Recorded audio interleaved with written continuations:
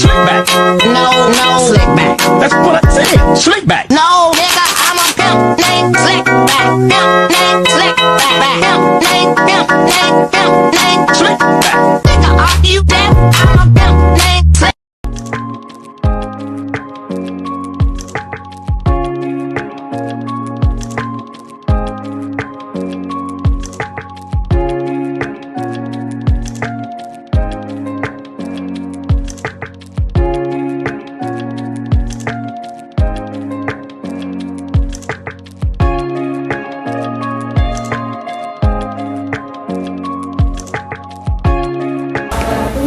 Hai, perkenalkan nama saya Armanda Seputri dengan NIM 210344245 kelas 5 reguler KMDT5.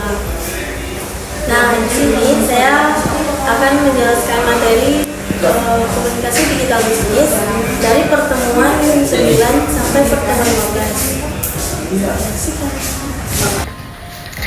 Keterampilan presentasi bisnis. Membangun keterampilan presentasi bisnis yang efektif adalah kunci kesuksesan.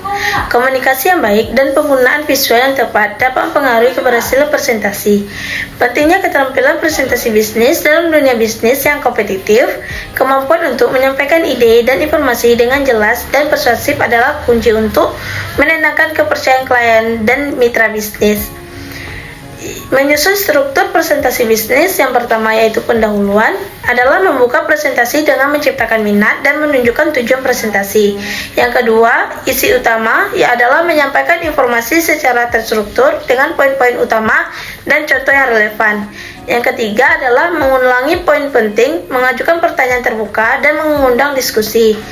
Selanjutnya, teknik menyampaikan presentasi bisnis secara persuasif. Yang pertama, gunakan bahasa tubuh yang tepat, gerakan tangan, ekspresi wajah, dan kontak mata yang kuat dapat meningkatkan daya persuasif dalam menyampaikan presentasi. Yang kedua, sajikan data dalam bentuk grafik dan tabel yang jelas dan mudah dibaca, membantu audiens untuk memahami informasi dengan lebih tepat. Yang ketiga, sertakan testimoni pelanggan menggunakan kutipan dan cerita sukses pelanggan dapat meyakinkan audiens mengenai manfaat produk atau layanan Anda. Selanjutnya, penggunaan visual dan media dalam presentasi bisnis. Presentasi bisnis yang digunakan gambar, video, atau media lainnya dapat membantu menarik perhatian audiens dan mempertahankan minat mereka sepanjang presentasi. Mengatasi rasa gugup saat presentasi bisnis adalah hal yang wajar. Menyiapkan diri dengan baik, latihan yang cukup, dan berfokus pada pesan yang ingin disampaikan dapat membantu mengurangi rasa gugup. Menyampaikan presentasi bisnis dengan percaya diri adalah kunci kesuksesan dalam presentasi bisnis.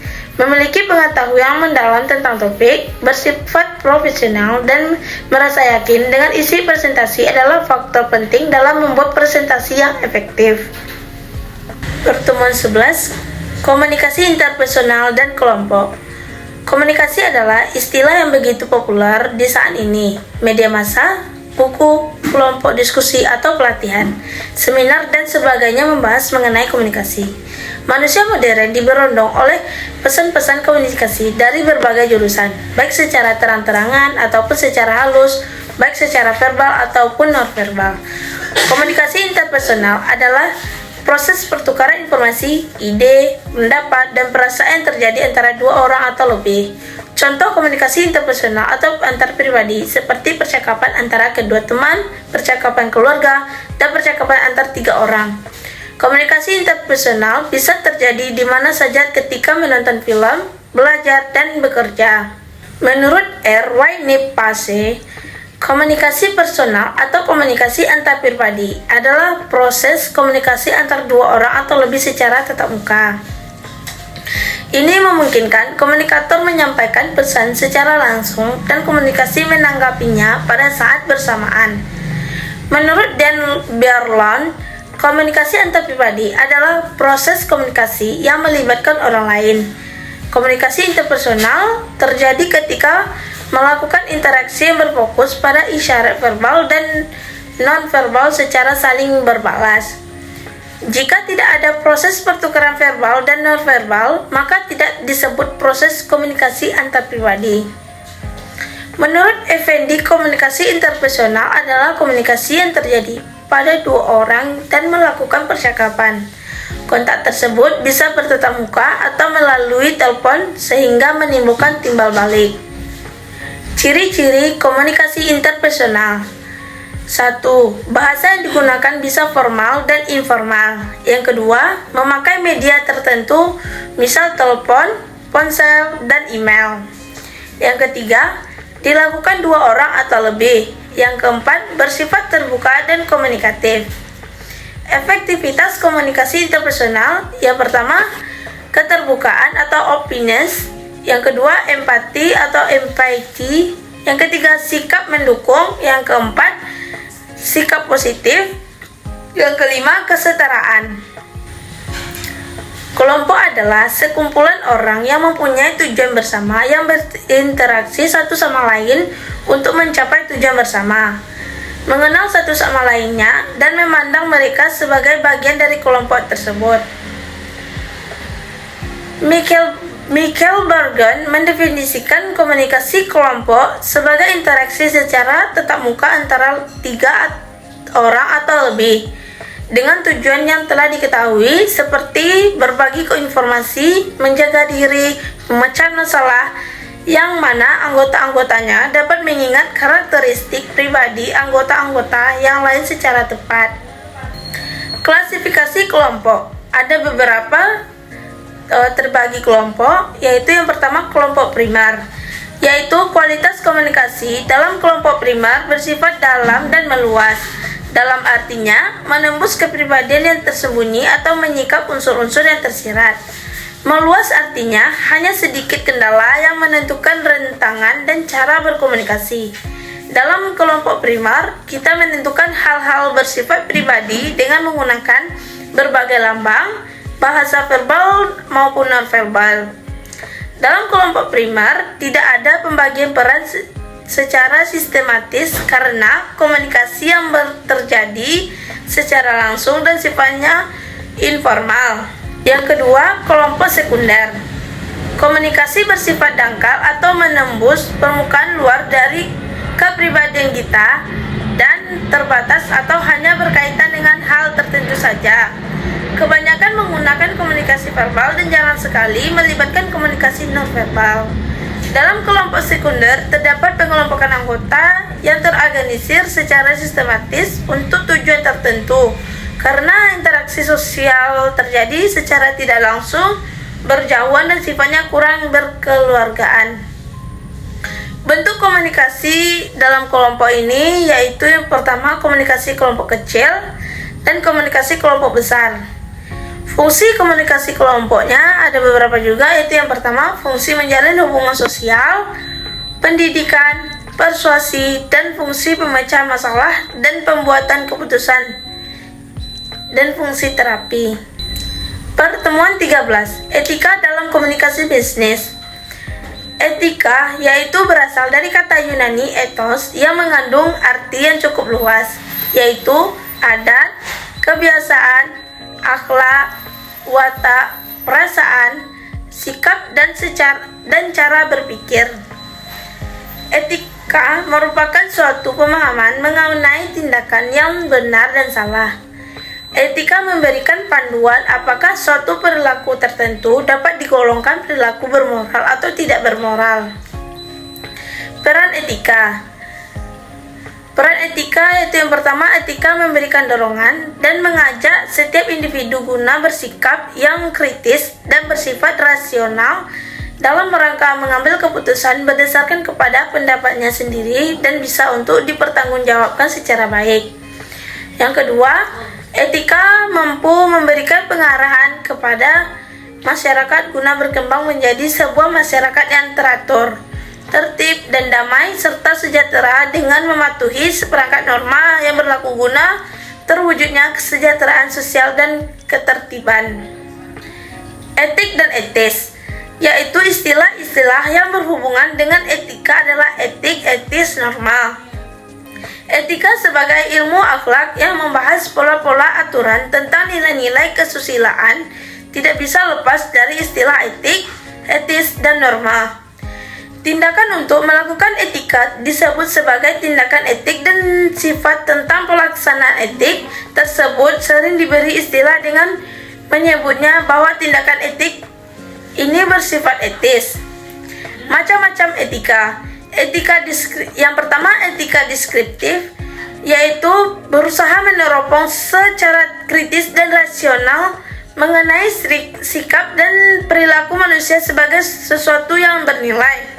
Yang kedua, etika normatif, berusaha menetapkan sikap dan pola perilaku ideal yang seharusnya dimiliki oleh manusia. Faktor-faktor yang mempengaruhi perilaku.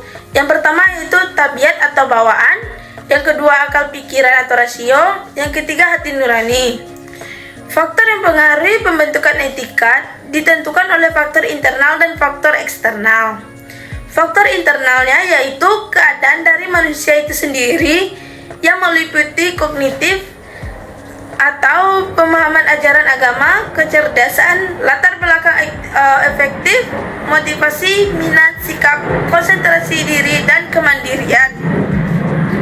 Yang kedua, faktor eksternal, yaitu keadaan yang berasal dari luar diri manusia yang meliputi pendidikan di lingkungan keluarga, pendidikan sekolah, dan lingkungan masyarakat. Salah satu aspek yang turut memberikan saham dalam terbentuknya sikap dan perilaku manusia adalah faktor lingkungan.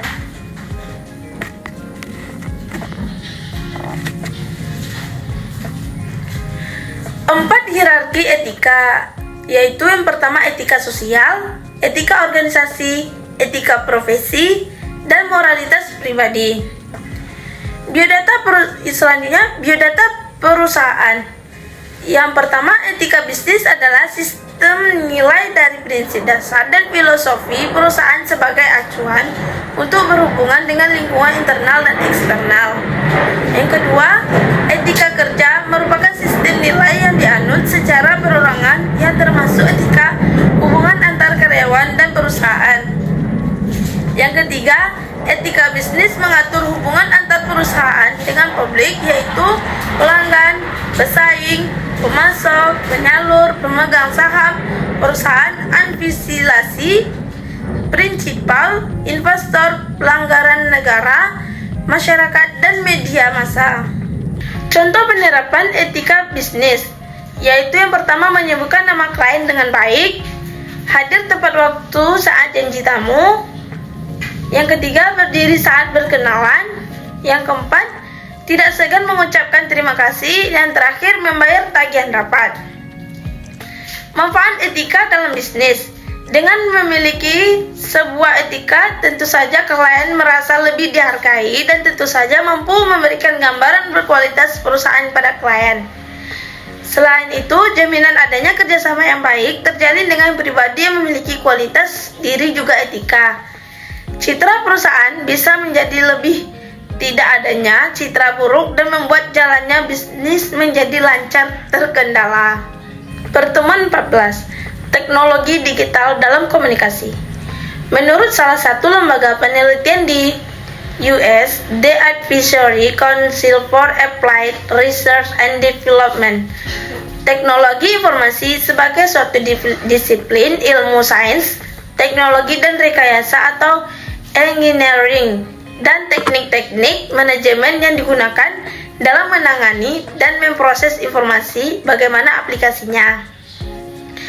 Komputer dan interaksi dengan manusia dan mesin, serta solusinya dengan kondisi sosial, ekonomi, dan budaya.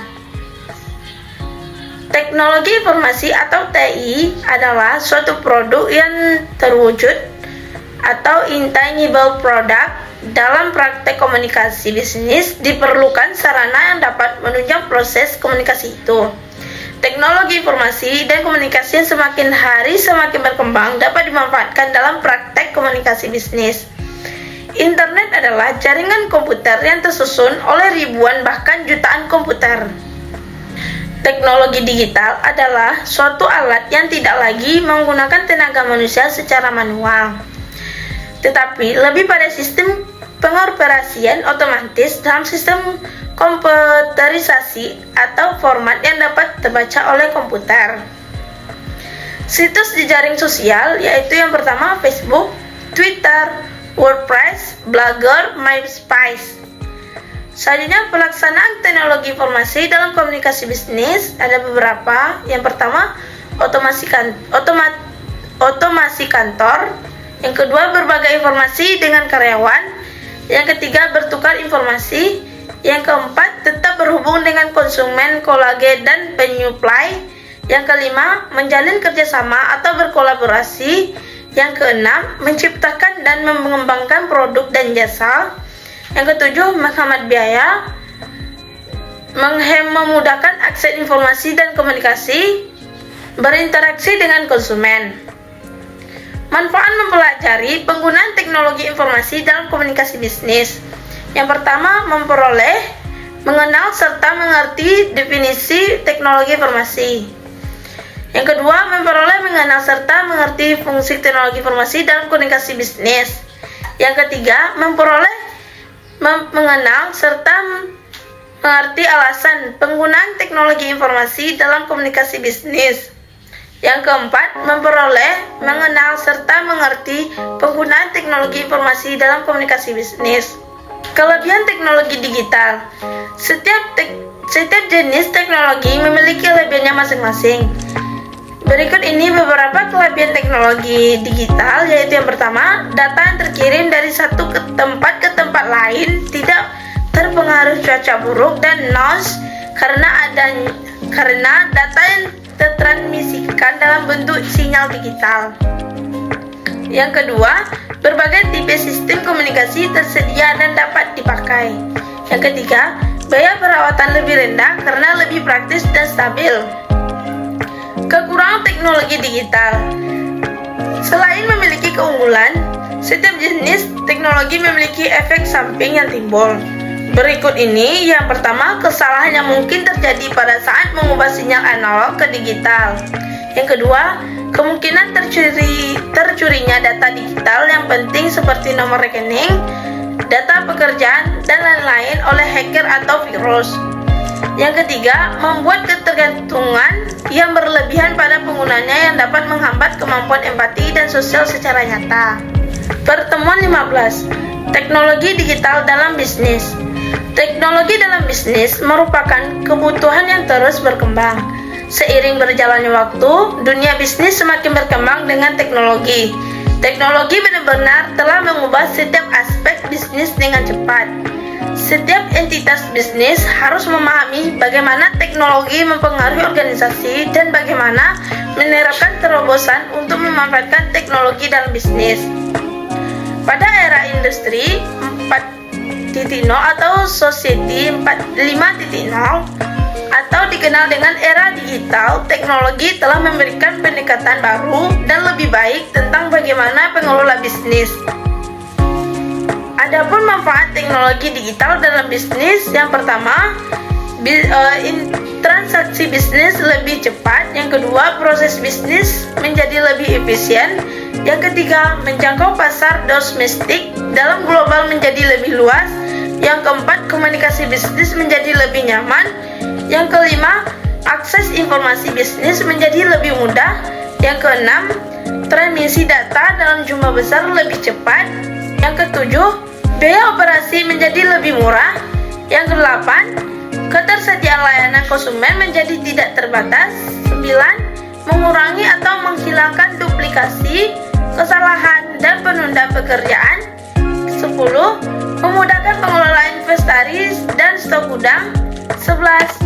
Membantu menjaga keamanan data penting dan mengurangi kerentanan dan kehilangan data dengan penggunaan teknologi enkripsi dan tokenisasi.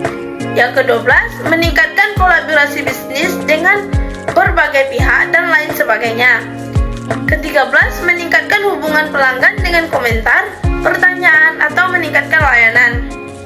14, menjaga kelestarian lingkungan hidup dengan teknologi digital yang ramah lingkungan dengan mengurangi sampah kertas.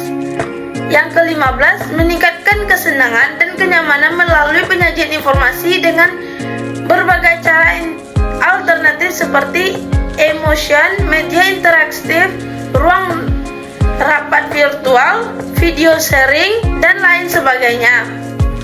Teknologi digital dalam komunikasi bisnis. Komunikasi digital adalah semua jenis komunikasi yang mengandalkan penggunaan teknologi sebagai saluran komunikasi digital seperti email, panggilan telepon, konferensi video, dan banyak jenis pesan instan seperti SMS dan obrolan web, blog, podcast, dan video, dan lain-lain sebagainya. Komunikasi digital menjadikan komunikasi lebih interaktif, lebih partisipatif, lebih egaliter, lebih terdesentralisasi, dan kurang hierarkis. Kualitas komunikasi yang terjadi melalui saluran digital akan secara inheren berbeda dengan komunikasi yang tatap muka. Perangkat-perangkat teknologi digital dalam komunikasi bisnis. Yang pertama, email client with built-in features. Yang kedua, chat atau instant messaging. Yang ketiga, project atau based collaboration tool. Keempat, video conferencing.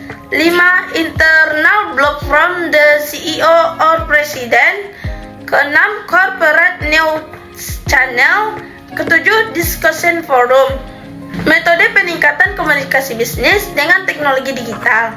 Yang pertama, aksesibilitas. Yang kedua, keandalan. Yang ketiga, produktivitas. Yang keempat, paparan. Yang kelima, pendidikan. Yang keenam, tata kelola. Dan yang terakhir, protokol keamanan.